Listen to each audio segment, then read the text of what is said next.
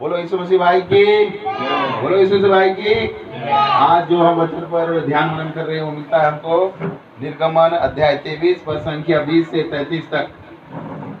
सुन, मैं एक दूत तेरे आगे आगे भेजता हूँ जो मार्ग में तेरी रक्षा करेगा और जिस स्थान को मैंने तैयार किया है उसमें तुझे पहुंचाएगा। ये कौन बोल रहा है? पिता परमेश्वर बोल रहा है उसके सब मानने वाले को, कि जो उसकी आज्ञा को मानेगा, उसके अनुसार चलेगा, उसके साथ एक दूत हमेशा रहता है। आपके साथ, हमारे साथ एक दूत है जो हमारे आगे आगे चलेगा और सब कुछ करेगा। और उसको आप आज्ञा भी दे सकते हैं कि मेरे लिए ये काम कर। अगर कहीं जा रहे हैं, ट्रैफिक है, तो आप उसको आज्ञा दे सकते हैं कि मेरे पहुंचने से पहले वो ट्रैफिक क्लियर हो जाए, मेरे पहुंचने से पहले वो काम हो जाए या वो व्यवस्था हो जाए। ऐसे करके आज्ञा दे सकते हैं। इस वचन का हवाला देख के जो हमको मिलता है निर्गमन अध्याय 23 पद संख्या 20। सुन, मैं एक दूत को तेरे आगे आगे भेजता हूँ जो मार्ग में तेरी रक्षा करेगा और जिस स्थान को मैंने तैयार किया है उसमें तुझे पहुंचाएगा।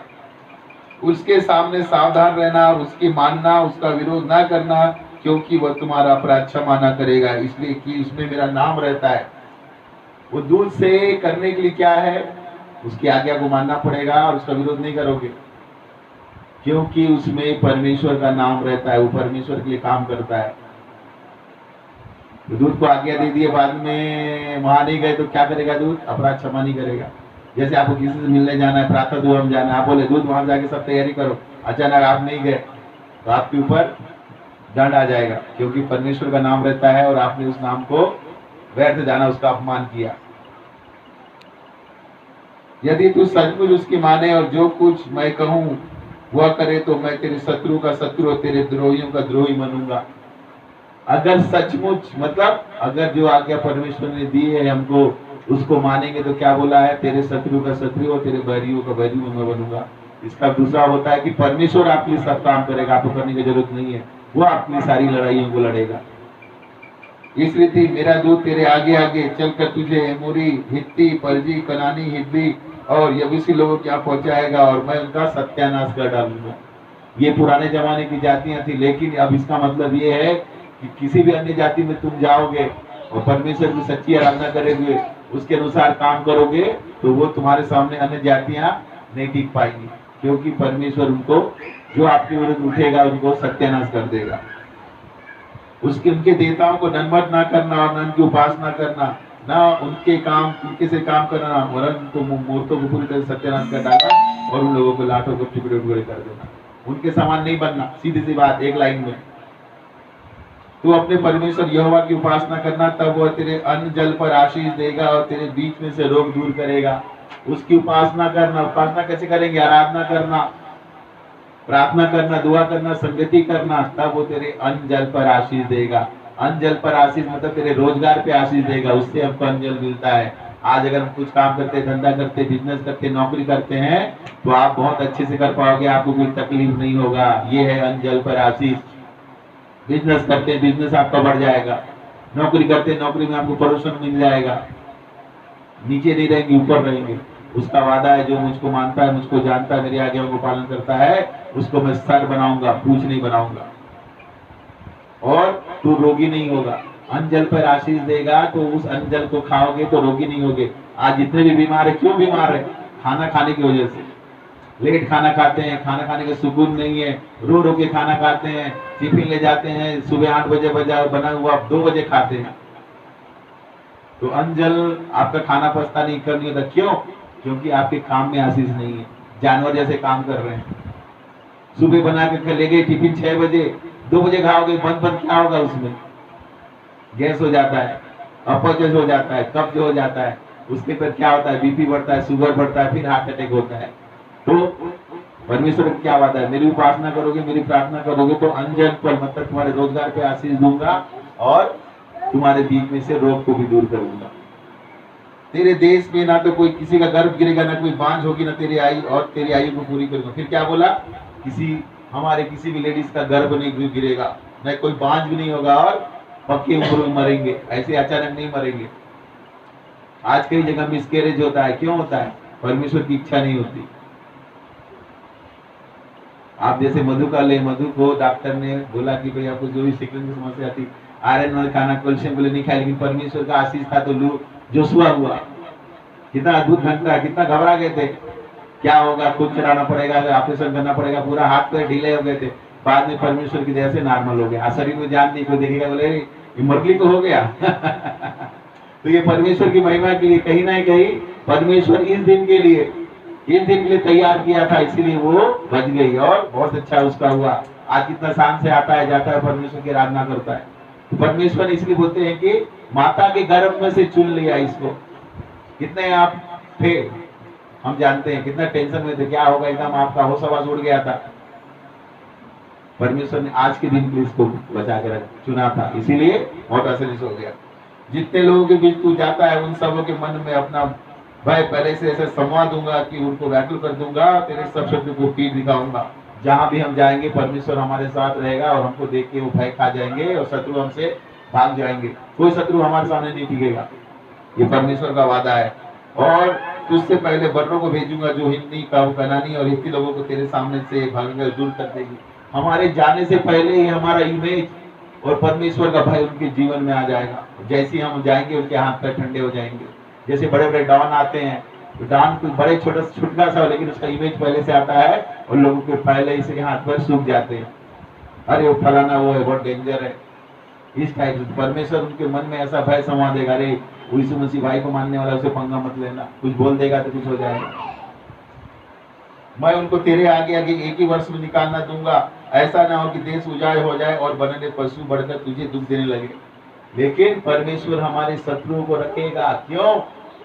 अगर सारे शत्रु खत्म हो गए तो आप स्तुति आराधना से निश्चिंत हो जाओगे, ना प्रार्थना करोगे, ना दुआ करोगे, ना। इसीलिए हमारे जीवन में कितना कुछ परेशानी है। अगर हम पूरा कर देंगे, एक ही निकल जाएगा तो हमारा जीवन क्या हो जाएगा, लापरवाही की जिंदगी हो जाएगा। अरे अब तो खाओ पियो मजा करो, सब कुछ हो गया। इसीलिए कुछ ना कुछ रखता है। इसलिए पौलुस बोलता है मेरे शरीर में कांटा गड़ गया है, लेकिन वो मेरे भलाई के लिए, परमेश्वर मेरे को याद दिलाता है। इसलिए हम सबके जीवन में कुछ ना कुछ है। क्यों है? ताकि हम परमेश्वर की आराधना करें। आज हम आराधना में क्यों बैठे हैं? कुछ ना कुछ समस्या है। जितने लोग भी स्तुति आराधना करते हैं, जहां भी जाते हैं, क्यों जाते हैं? उनके जीवन में परेशानी है, कोई खुशी से नहीं जाता, सब कुछ ना कुछ दुख लेके आते हैं। और यीशु भाई का वादा है, जो मेरे पास आएगा उसका दुख आनंद में बदल दूंगा, और बहुत आयत का आनंद। और दुख भी हमारे जीवन में होगा तो हम उसको ऐसे काटेंगे, झेलेंगे जैसे सुख है। 2 रोटी भी खाएंगे तो हमारे शरीर को लगेगा, और लोग 56 भोग भी खाएंगे, उनके शरीर को नहीं लगेगा। ये परमेश्वर का वादा है। जब तू फूल कर देश को अपने अधिकार में ना कर लेगा, तब तक मैं उन्हें तेरे आगे थोड़ा थोड़ा करके निकालूंगा।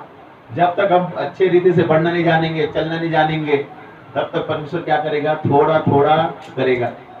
अचानक से जैसे खाना गर्म होता है और बीच में उसको मार दो तो क्या होता है, आपका हाथ जल जाएगा, मुंह जल जाएगा, इसलिए इसको किनारे से खाया जाता है। वैसे ही परमेश्वर आपको धीरे धीरे आशीष देके बढ़ाएगा। एकदम से अचानक से बढ़ाएगा तो आप भी उस आशीष को संभाल नहीं पाओगे। सही है कि नहीं? इसीलिए धीरे धीरे।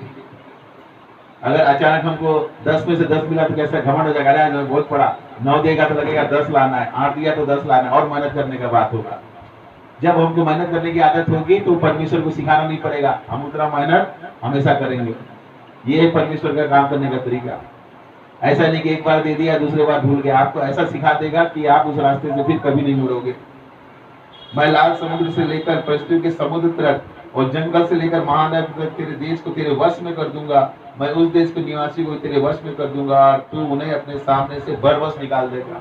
फिर आगे आप जब उसके योग हो जाओगे, आपसे बड़े बड़े काम लेगा। लाल समुद्र जो फलस्तीन दुश्मन है, सबसे आपको आपके वश में हमारे कर देगा।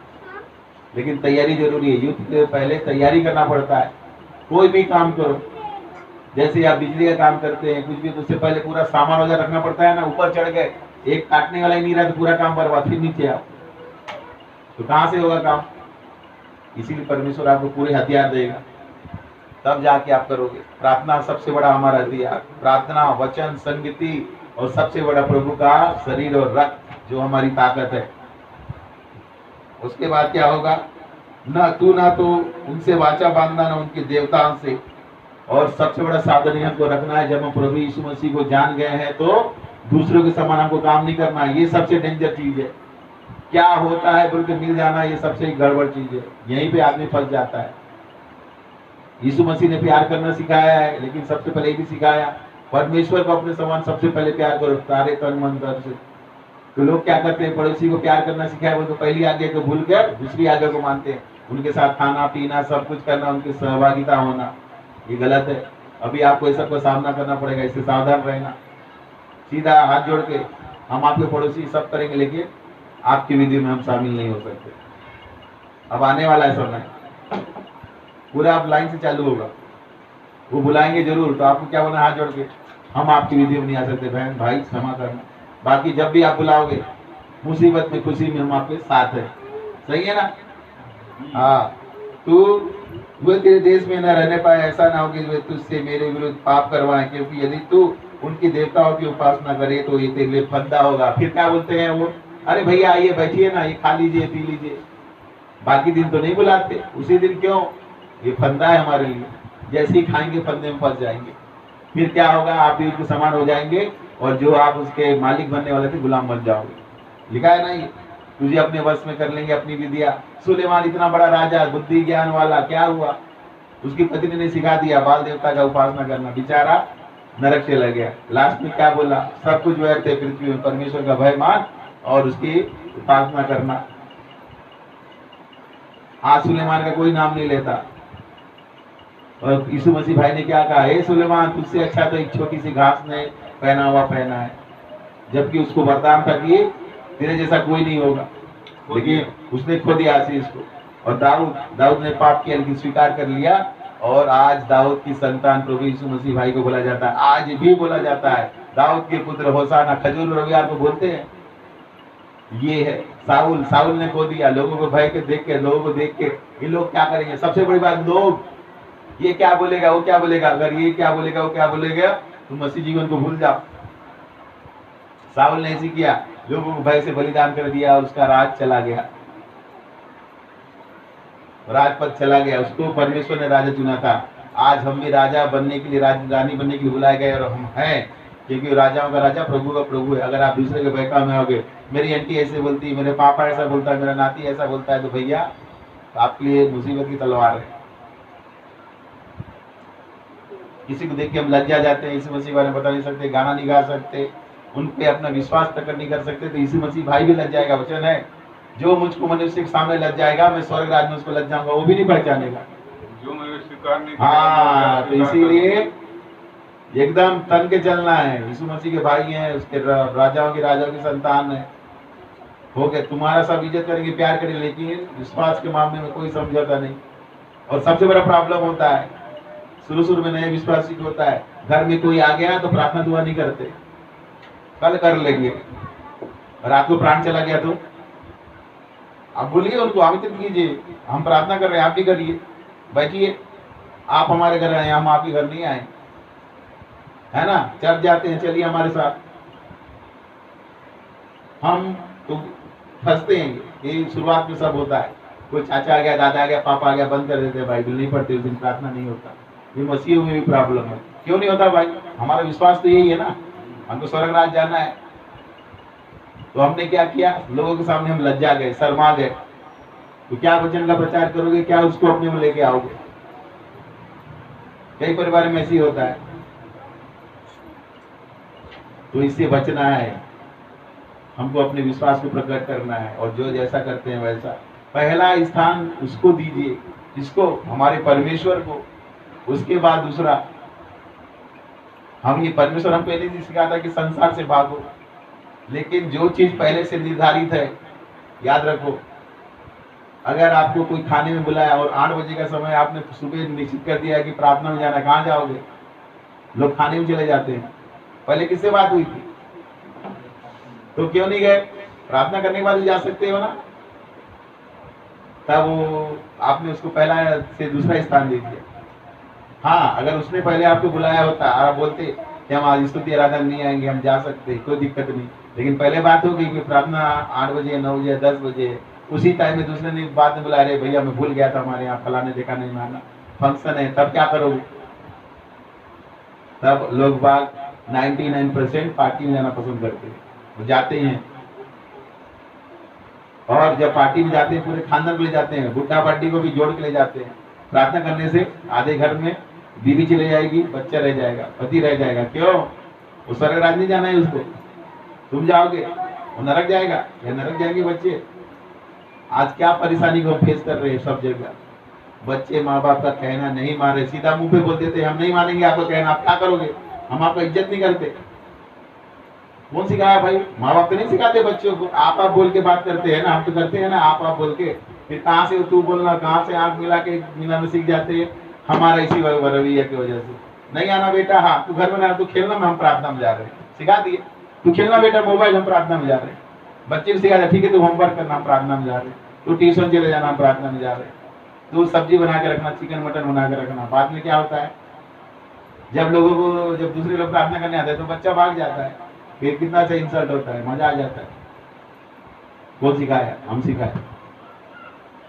परमेश्वर सबको प्यार करता है, लेकिन एक समय में आपको स्तुति आराधना पूरे परिवार के साथ करनी चाहिए। परमेश्वर ने कभी ये नहीं सिखाया। आपको हर चीज देगा, अच्छा अच्छा साधन, उठना बैठना खाना पीना पार्टी एक से एक देगा, लेकिन आपको परमेश्वर के प्राथमिकता देनी चाहिए। आज जो वचन सुने आपने क्या कहा, तेरे शत्रु को वश में कर दूंगा, तुझे देश दे दूंगा, तेरे अंजल पर आशीष दूंगा, तेरा गर्भ नहीं गिरेगा, तेरे को रोग नहीं होगा। आज लोगों को क्या समस्या है, शादी करके लाते हैं तो बच्चे, कई साल तक बच्चे नहीं होता है तो गर्भ गिर जाता है। नौकरी मिलती है तो ऐसा नौकरी के खाने पीने का समय नहीं मिलता है, जानवर जैसे काम कराते हैं, मजदूरी में करना पड़ता है, उसी कारण रोगी हो जाते हैं। फिर किसी को हार्ट अटैक है, किसी को बीपी है, किसी को शुगर है। क्यों? तो परमेश्वर की आशीष उसके जीवन में नहीं है। और उससे बढ़कर पति पत्नी का नहीं मार रही है, पत्नी पति का नहीं मार रहा है, बच्चे नहीं मांग रहे। और सबसे बड़ा दुख, पति एकदम हार्ड वर्क कमाई करके आ रहा है, लेकिन बच्चे और पत्नी उसका इज्जत नहीं कर रही है। ये सब घरों में हो रहा है। क्यों हो रहा है? वचन को नहीं जानते। तो स्तुति आराधना प्रार्थना दुआ संगति का विशेष महत्व है। पहला स्थान उसको दो, समय को ऐसा सेट करो। परमेश्वर ने सबको 24 घंटा दिया है, अंबानी को दिया है तो उनको भी दिया। आज अंबानी अरबपति है और बाकी लोग क्यों नौकर जैसे जीवन जी रहे हैं? उसने अपने समय की कीमत को जाना है। सब काम सिस्टमेटिक है, खाने के समय खाता है, पढ़ने के समय पढ़ता है, और जिम जाना जो भी सब उसने सेट किया है। पूजा भी करता है जो मानता है उसके अनुसार। और हमारा न खाने का समय फिक्स है, न हगने का, न मूतने का, न सोने का, सब काम उल्टा करते हैं। तो कैसे आशीष मिलेगा? आपने कभी किसी बड़े आदमी का जीवन है तो देखा है? हीरो के जीवन में देखो, बड़े बड़े लोग, उनका जीवन एक एक सेकंड उनका अनुशासित रहता है। ऐसे नहीं करते वो, खाना पीना से लेकर सब सिस्टमेटिक रहता है। खाना पीने के लिए आप भी मेहनत कर सकते हैं, मेहनत करते हैं, कुछ भी कचरा बना के खिला दिए हैं, वही सामान तो उसको मिल रहा है, वो सामान आपको मिल रहा है, क्यों नहीं कर सकते? लेकिन कोई मेहनत ही नहीं करना चाहता, कोई ढूंढना ही नहीं चाहता, कुछ करना ही नहीं चाहते, फिर बोलते हैं हमको इसके जैसा बड़ा बनना है। कैसे बनोगे? इसीलिए एक बहुत बड़ा है कि शरीर सबसे बड़ा धन है। जब शरीर बिगड़ जाता है तब पता चलता है कि पैसा कैसे जाता है। बड़े बड़े अब हमारे खाका साहब को क्या हो गया, हो गया किडनी का डायलिसिस करा के मर गए, नहीं माने, दारू पीना जो भी करना करते रहे, चले गए। कई लोग दारू पीने बर्बाद हो गए। अरे दारू पीना भी मना नहीं है, लिमिट पियो ना। पीते हैं खाना भूल जाते हैं तो एसिड पूरा बिगाड़ देता है। और पिएंगे जैसे जानवर जैसे पी के यहाँ पड़े रहेंगे। वो आनंद का वस्तु है, थोड़ा सा लिमिटेड में, दवाई जैसा, कभी आपका कुछ नुकसान नहीं होगा। पीने के बाद फिर नाली में पड़े हैं तो बच्चों को बेइज्जती लगता है, मेरा बाप नाली में पड़ा है, बीबी को लगता है जहाँ देखो वहां, तो बीबी कैसे दूर नहीं भागेगी? है? तो ये सब चीजें क्यों हो रही है? परमेश्वर को नहीं जानने की वजह से, उसके ज्ञान नहीं होने की वजह से नाश हो रही है। आज शक्ति से ज्यादा पैसा करते हैं, उधारी पे उधारी, उधारी पे उधारी। कपड़े हैं लेकिन और चाहिए, मैचिंग पहनना चाहते हैं, दूसरे को दिखाने के लिए, दूसरे को नीचा दिखाने के लिए सब हो रहा है। आज जो कर्जे में लोग फंसे हैं दूसरे को नीचा दिखाने के लिए, उसके पास है तो मैं भी लेके आता हूँ, उससे ज्यादा लेके आता हूँ, उसका बच्चा पहना है तो मैं उससे ज्यादा पहनूंगा। कर्जा, बराबरी कभी नहीं करना किसी की। आप इस रेस में फंस गए तो कभी खुश नहीं रहोगे, कभी संतुष्ट नहीं होगे। आप उसकी बराबरी कर लोगे, फिर देखोगे उससे बड़ा तो वो है, फिर उससे बड़ा। एक चूहे का कहानी है, चूहे ने बोला कि मेरे से बड़ा तो ये है, कुत्ता है, बिल्ली बन गया, बिल्ली कुत्ते से डरी, फिर कुत्ता बोला कुत्ते से बड़ा तो और है, कुत्ता फिर शेर से डरा। ऐसे करते करते फिर बाद में उसको पता चला कि चूहा ही बड़ा है। चूहा जब पहाड़ खोलने गया तो पहाड़ डर गया, बोला यार चूहा तो बहुत खतरनाक, इतना बड़ा पहाड़ को भी तो हम आप सब बड़े हैं, हम परमेश्वर की संतान है, कोई मामूली नहीं है, अपने आप को जानो। जब सच्चे परमेश्वर को जानोगे तो जान जाओगे कि तुम परमेश्वर की संतान हो, राजाओं के राजाओं की संतान हो, तुम खूब राजा हो, पवित्र लोग हो। तो लोग अपने आप को कीड़ा मकोड़ा समझते हैं, और कीड़ा मकोड़ा जैसे जिंदगी जीते हैं और काटते हैं। जिंदगी को जीना है, काटना नहीं है। और वही चीज करने के लिए यीशु मसीह आज से 2000 साल पहले कुर्बान हो गया, हमारे पापों और रोगों को लेके। हमको बस उसमें विश्वास करना है कि पवित्र आत्मा के द्वारा माता मरियम से जन्म हुआ, हमारे पापों और रोगों को लेके क्रूस में मर गया, तीसरे दिन जिंदा होके पिता परमेश्वर के दाहिने विराजमान है, और हमको लेने वापस आएगा, न्याय के दिन स्वर्ग राज ले जाएगा। इतना सा विश्वास लोग बाग नहीं कर सके, और जिंदगी में पाप में जी रहे हैं, पाप करते हैं, नशे के लत में, जुआ के लत में, सट्टा के लत में, व्यभिचार में फंसे हुए हैं, 2 नंबर का पैसा, हराम का पैसा कमाते हैं, और बाद में पूरे परिवार पे उस श्राप को लेके आते हैं। लेकिन थोड़ा सा नहीं समझते कि यीशु मसीह को स्वीकार कर लेंगे, सारी परेशानी दूर हो जाएगी।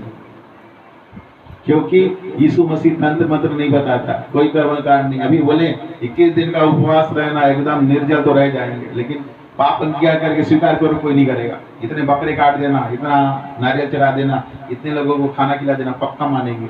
कठिन से कठिन बोलो, विश्वास हो जाएगा। और सरल बोलो कि हम आपके लिए प्रार्थना करेंगे, और इस प्रार्थना को बोलिए और बस अंगीकार कर लीजिए, तो आपका काम बन जाएगा। नहीं मानेंगे। नामान कोड़ी पूरा दल बल से आया, बोला मेरे पास इतने पैसे हैं, और मेरे को क्या बोलता है 7 बार जाके नहा ले तो शुद्ध हो जाएगा कोर्ट से। उसको यकीन नहीं हुआ, लेकिन उसके लोग ने समझाया, अगर कठिन से कठिन काम बोलता तो करता ना, तो 7 बार नहाने में क्या परेशानी। जैसे ही नहा के निकला, छोटे से बच्चे जैसा शरीर हो गया। तो छोटा सा विश्वास है। इसलिए यीशु मसीह भाई ने बोला राई के दाने के बराबर भी विश्वास है।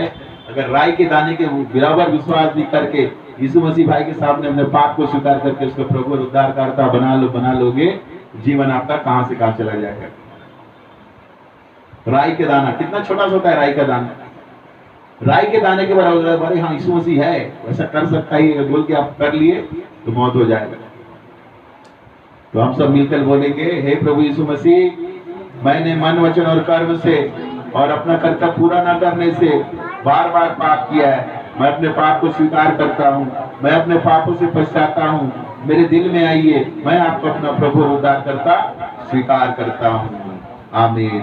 तो इस प्रभु के इस वचन के द्वारा हम सबको आशीष मिले, प्रभु आशीष दे, उसके प्यार में प्रेम में सदा बने रहे। सबको जय मसीह की।